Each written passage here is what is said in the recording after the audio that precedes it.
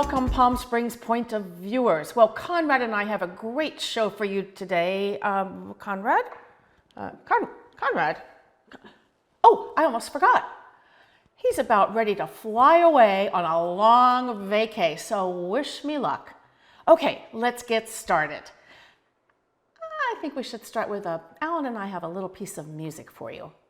Here we go. Keeping my eyes on the road, I see you. Keeping my hands on the wheel, I hold you. 99 miles from LA, I kiss you, I miss you, please be there. Passing a white sandy beach, we're sailing, turning the radio on, we're dancing. 99 miles from LA, I want you, I need you, please be there. Windshield is covered with rain, I'm crying, pressing my foot on the gas, I'm flying.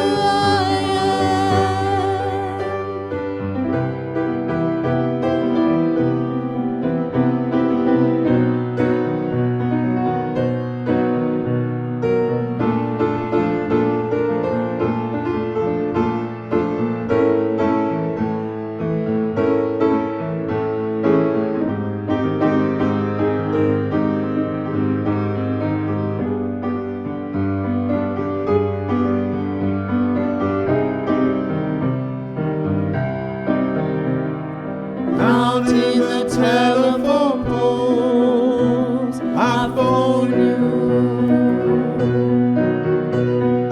Reading the signs on the road, I write you. 99 miles from LA, we're laughing, we're loving, please be there.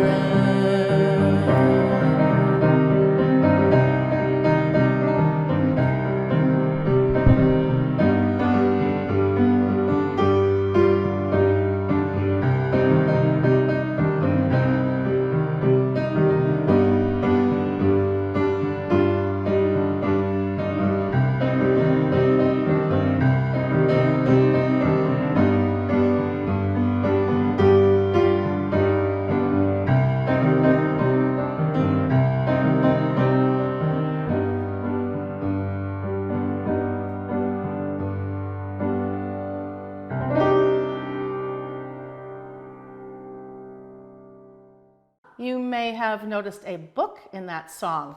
You would be correct.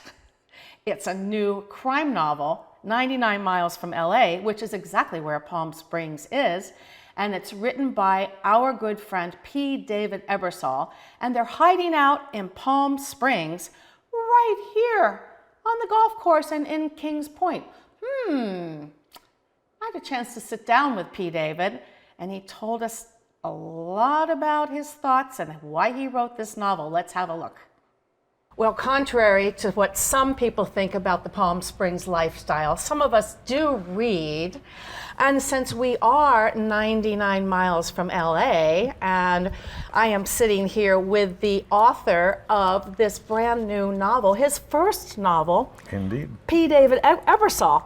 But I've got to give a little background about you. Okay. You are not only a writer, a director, a producer, a creative collaborator with Ebersole Hughes Company, a child star, a 21st century boy band singer, a pit bull lover, and let's see, did I leave anything out? A black and white ball thrower. Well, we did just do that, which was very fun. How did you manage to do all this and write a novel that is a total page turner, but it's got quite a plot. Well, there was this little thing called the pandemic. Oh, yes, And then we that had little time, thing. right? We had time. And so it's actually been one of my dreams in life was to write a book that would show up, on a shelf in a bookstore, alphabetized in E, E, A, E, B. There it is. Pull it off of the shelf, right?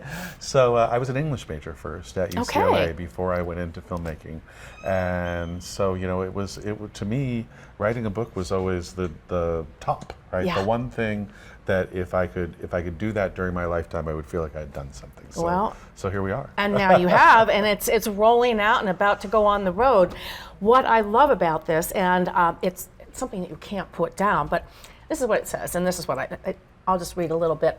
A hard-boiled crime story with a bisexual triangle peppered with double crosses, a music professor, an unhappily married woman, and a Mexican bartender that band together to steal a buried treasure.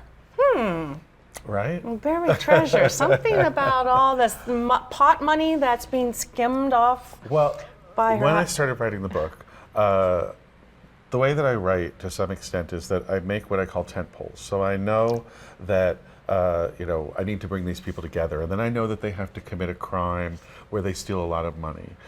I started talking about it, and I was like, where do you steal a lot of cash anymore? Like, when you think about it, none of us carry cash. You walk into a bank, and they don't have cash. If you tell them in advance that I'm coming in, coming in to rob your and I bank. need $20,000, right? Yeah, yes. So I'm going to be withdrawing cash, right? You would have to tell the bank in advance. So I'm like, well, so a bank doesn't have money. You steal a liquor store, how much money is it? Like $15,000 if you're lucky, right? Like, how much are you going to get? It can't change your life. So part of what I was thinking is that I needed something that was enough money in cash where three people who've come together have enough money that would change their lives. So Yeah. where are they going to get it? And I was out to dinner talking with a friend, and he said, oh, the pot business is all cash. This I never knew either. When I was reading that, I'm like, really? Not even an armored truck can carry the money from place to place. It's not a federally approved business, right? Even though certain states right now have legalized it, it's not federally legalized. And so you can't put your money in a bank. So you can't get credit cards, you can't do transactions. So that's why when you go into a dispensary, you have to pay in cash. They don't take any credit cards because it's an all cash business. So the people who run those businesses now have tons of cash, either at home, in storage facilities, buried in their backyards, because they have to figure out where to put it, where to store it, where to keep it, that it won't be taken by, their crazy wild west employees, because everybody knows they've got cash. So it's a bit of a rip from the headline story that there was a San Diego couple that had a break-in. They were running a business, they were followed by their employees, and they had a break-in, and they went in and they, like a Clockwork Orange kind of scene, where they, took advantage of the wife, stole all of the money, and it ended up making kind of headline news. And so I used that as a basis for the idea of what their crime would be. I like crime fiction that's from the point of view of the criminals. I really Well, don't this one like, certainly is. I really don't like crime fiction that is from the point of view of like a reporter or the private eye. Right. Because I'm like, well, the criminal to me is the person who's interesting. The private eye is just figuring out who done it. And these three are sort of like frustrated, unhappy, feeling like a loser, or very silent. And I think that's Ramon, who's the Mexican bartender. Gorgeous, but silent. But when you go into his background, he's got a lot of... You realize, all of the dreams that he had that haven't come true as well. come true. To me, this is what noir is about. Yeah. So I call it a noir. And in my opinion... Like a modern noir, or sort of kind of... and like I say, I kind of shy away from the idea of neo-noir, because to me, I immediately sort of picture bright neon lights and Michael Mann and people driving down the streets with rolled up jackets, But so, noir for me is about a time period in our lives, in our history, when we lose belief in the American dream. We don't believe that by staying on the right side of the law, we can still get ahead. And so we start to look at our other options. What else can I do to try to change my life, to try to make my dreams, whatever they might be, come true for myself? And we are willing to step over on the other side of the law. Well, P. David, I see a lot of your life in this book. It seems that at least experiences is where you went to high school, Hollywood High, right here behind us, the golf course, the Disney Fountain, Kings Fountain Point. plays a role, Don't you live right? over there? Tell us about these tie-ins. I'm very curious. People ask me if it's autobiographical because as soon as you read it, and if you know me at all, then you do know things from my life. Or if you just read my bio in the story. You called it something like autofiction? So autofiction is what I call it, which is like autobiographical fiction. So I take things from real life, and I don't know if I invented that term. I mean, I think that might be a term that exists, but it's certainly what I've been referring to as like what it is that this book is and what I have been trying to do, which is that you weave your own facts and details into the characters and their stories. So is it autobiographical? No, but each character has things that come from my life. So you don't have friends like that, or right? maybe you do. Well, hard to say. You'll have to read the book. Right? In Palm Springs, you never know. Right? People come from all over and reinvent themselves.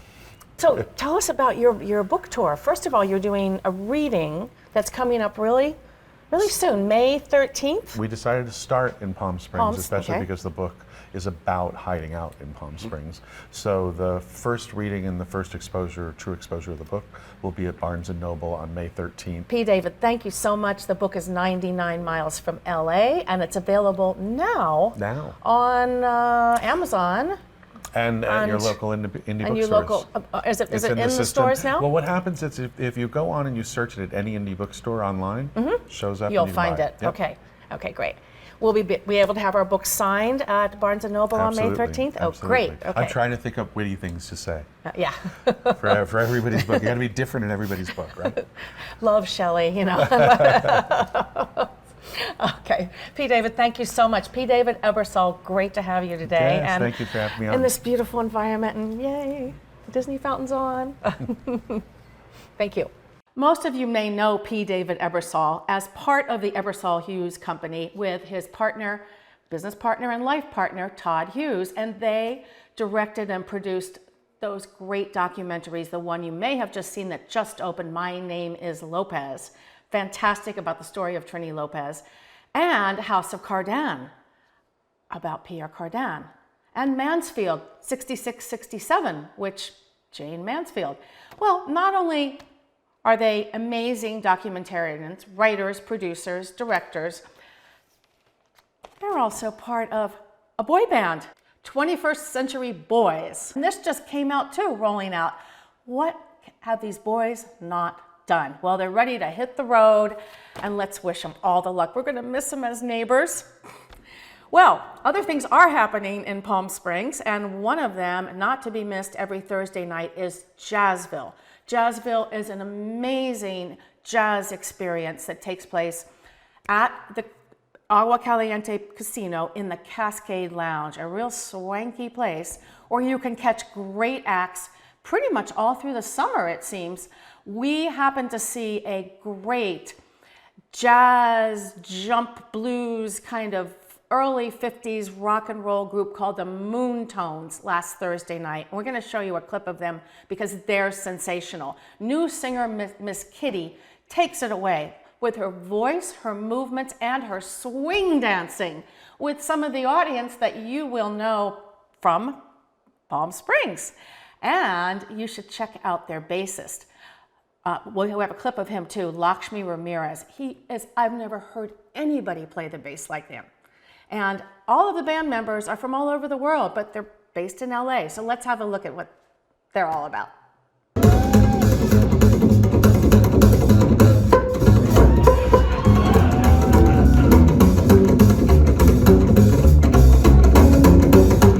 Mr. Lakshmi Ramirez.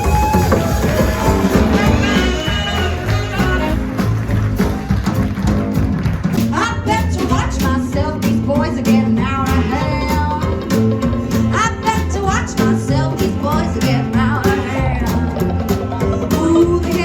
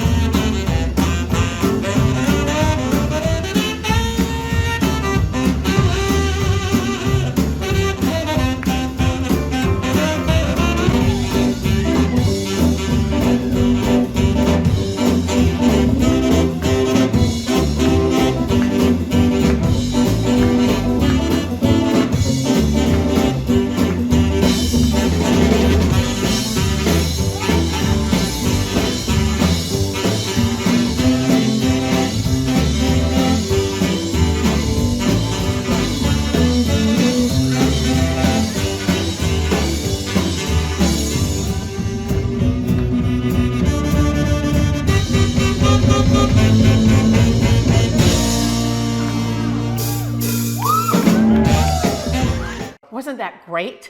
Well, make sure you get your tickets to Jazzville. There's a Cinco de Mayo, a special concert coming up on Cinco de Mayo. So get your tickets on Eventbrite. And remember to get your tickets for our Martinis and Moxie event May 18th, featuring the Dreamboats. More rock and roll at its finest. Get your tickets now on Eventbrite.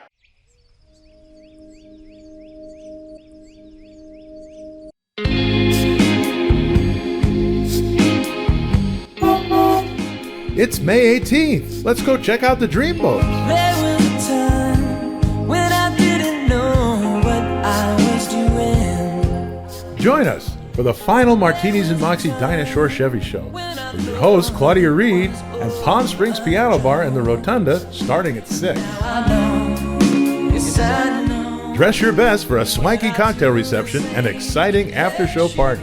And this is your last chance to bid on a private tour of the Dinah Shore Palm Springs estate with the Trio Experience. So jump in your car and head on down to the Palm Springs Cultural Center to see the Dreamboats hitting the stage at 7:15. Be there or be square. I take you by the hand and I say without a legend that